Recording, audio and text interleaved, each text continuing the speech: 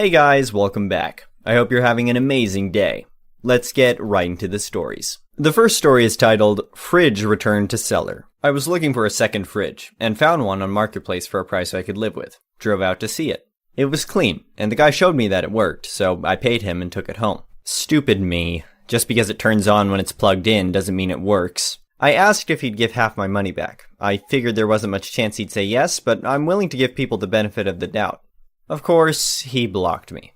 I'm not interested in a broken fridge. So I borrowed my friend and his truck a second time, loaded the fridge up, and returned it to this dude's house at about 1 a.m. We wedged that thing right up against his front door and left. The next story is titled, Force Me to Accept to Give My Business Away to Someone Else? It'll hit you in the pocket in a way that you will never expect. Around 15 years ago, I took on a hotel. I'd seen this hotel on the street that I owned a bar be massively underused, and basically be an overflow hotel for when a local chain was full during peak summer season. It was basically empty for 46 weeks of the year, and I let my interest in it be known should it ever become available. Years later, I'd kind of forgotten that I'd even said anything to the owner, but they hadn't forgotten, and the large hotel chain pulled out from their contract, and now with only a few weeks until the summer season starting, they now had an empty property with no tenant and no income. I managed to negotiate a very good price for year one, as I'd have to throw money at the place to get it ready, and I'd still lose a few weeks of the summer with all my best efforts. And then a reasonable rent for 3 more years with a renewing clause that they assured me would be honored. Basically, if I wanted to continue, they would simply let the contract roll on. They said that as long as I was happy and the rent was being paid, that's all they cared about.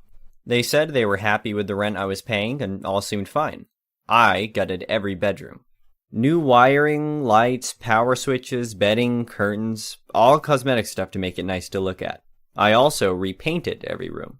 The walls hadn't been painted in what looked like at least a decade, and some of the walls were so rotten that I had to scrape so many back and treat them before I could paint them again. I basically gave the whole place a facelift. I did it all on a small budget and called in every favor I could. I worked 20 hours a day for weeks while still operating another business, a bar, on the same street. Eventually we opened, and it was a hit. I was able to make a nice profit in year one, and have money to reinvest and remodel the hotel even more for year two. I installed new aircon, converted the bar downstairs into a coffee shop, and year two was better than year one.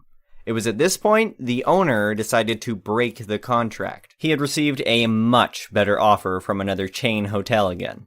He had realized that I had taken his piece of shit falling apart hotel and made it much better, and now he wanted to cash in on all my work. His exact words were, I'm not going to renew the contract in 2 years' time. So basically, I could accept his offer to me now. He owned a bar that wasn't working, and he wanted me to come in as his owner/partner to make it work at no cost to me if I walked away from the hotel. Or if I saw out the contract, I would be given no offer of any sort, and he said he would actively work against me for those 2 years as well. So I was basically given an offer I couldn't refuse. I was paid to leave, and received a shareholding in a bar at no cost to me. Sounds reasonable, I suppose, but I was still bitter that I was being made to take it whether I wanted to or not. I had put so much hard work into that hotel after all. I couldn't let him get away with how he went about it, could I? Cue petty revenge. This was a 30-bedroom hotel, 80 beds.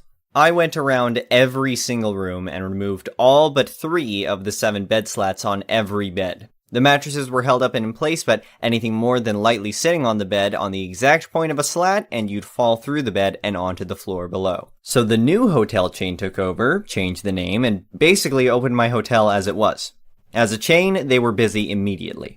After only 3 days, they were closed again and had a delivery of 80 new bed frames. Owner was made to pay for them, as he had signed a contract to say that he was providing a hotel in perfect condition, and he had assumed that's how I'd have left it for him.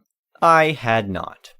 To this day, he has never said a word to me about it. He just ate the bill and said nothing. But we both know that I got my revenge. Further info. He was an awful partner, and after I had made his bar work, he forced me out of there too, but with no offer of anything this time.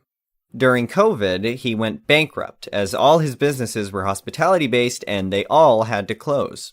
The next story is titled, Make Me Smell Your Cigs and I'll Just Make Sure You Never Sleep Well. So, my apartment complex has a no smoking within like 50 feet of the building rule, and it's usually followed well. My downstairs neighbors have decided that they can bother that tiny amount and must smoke on their balcony, so anyone near them can't have a window or anything open without the smell filling their apartment. I have asked them 3 times now to not do this, or at least if they need nicotine in their place, just vape, so it doesn't smell like shit. They have decided they can't handle that, and the apartment managers can't do anything without the actual apartment smelling like smoke. So, for the revenge, I've decided that every night, starting at 9 p.m., every 30 minutes I will be going over where their bedroom is and just start jumping and slamming my feet as hard as I can into the ground, making sure they will never get a good night's sleep again while living here. I have also checked the apartment rules, and while there are quiet hours, it only pertains to things like music, TV, and parties, but doesn't matter for just movement, aka I will be doing this until these people leave. The next story is titled, My Summertime Revenge. My last apartment was right in the middle of the complex, about 20 feet from the pool. Over this past summer, there were lots of issues with people staying at the pool literally all day, starting around breakfast time until 2 to 3 a.m. Lots of drugs, alcohol, fights, and loud music every freaking day and night. Cops were called nightly, a flurry of complaints went to complex management and their corporate overlords with the dismissive question mark as their helpful response. Those of us who lived around the pool were at our wits' end until I had a genius idea in late July. There was a party still raging at 1 a.m., so I set up my Bluetooth speaker under a bush, cranked the volume, pushed play, and I hit repeat. It was Baby Shark. It only took one replay to make them leave. I did it again every time a party lasted past midnight. People got the hint pretty quickly and never came back. It was glorious. The last story is titled, Karen Slaps Disabled Veteran at Mall, Calls 911 on him after getting destroyed. The story begins with me and my wife going to the mall. I don't usually go out much, but I really wanted to go to the mall and see a special exhibition. The exhibition was with vintage cars, which I loved, but first we had to go buy some things from an ailment store in the mall. For starters, let me tell you some things about me. I'm a veteran, but I'm also disabled and I have to walk around with a cane. My wife, who's been a great support for me since the beginning, always helps me get around. She is a martial arts teacher, which I find very interesting and powerful. We got to the mall and started doing our shopping as normal. Shopping was not our favorite thing to do. It was hard to move around and people were always staring. I wanted to wait for her at the exhibition for that exact reason, but I wanted to help. "Excuse me, I need help," said a female voice from behind them. "Hello," she added. I turned around and looked at the woman. She was the spitting image of what you call a Karen. Everything about her was screaming Karen. Her clothes, her hair, and also her expensive pink purse.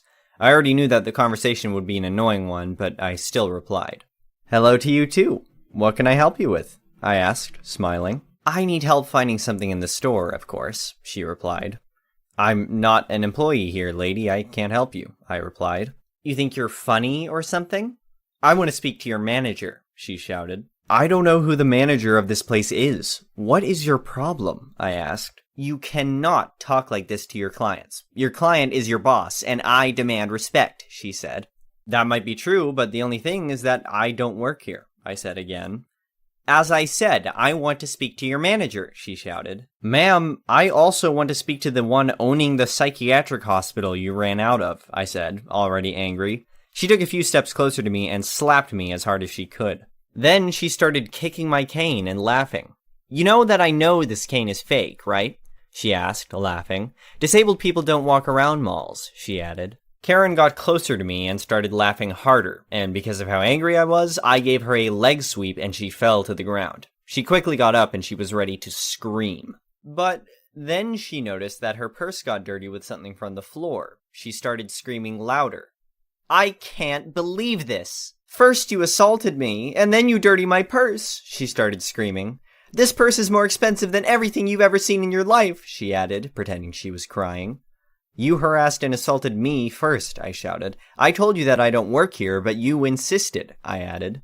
"That's not true. You sexually assaulted me, and pushing you was self-defense," she said, and then looked at her purse. "This purse is more expensive than your house and your car altogether, old man," she added. "And you think that's something to be proud of?" I asked. "Spending so much money on a purse?" I added. Karen started hitting me with her purse, but my wife intervened. "That's enough. I'm calling the police," said my wife. "I thought that you'd stop, but I see that you're not going to," she added. Karen goes closer to her and starts hitting her with her purse. She pushes my wife as hard as she can, but my wife reacts. As I told you in the beginning of this story, my wife is a martial arts teacher. She started doing all kinds of tricks on Karen. I must say, I know that we shouldn't reply with violence to violence, but I'm very proud of my wife for kicking Karen's ass. Karen fell to the ground again, crying and shouting. She then takes out her phone and calls the police, stating that I sexually assaulted her and my wife beat her. Meanwhile, the manager came. Some employee who saw the scene called him. "What happened here?" asked the manager.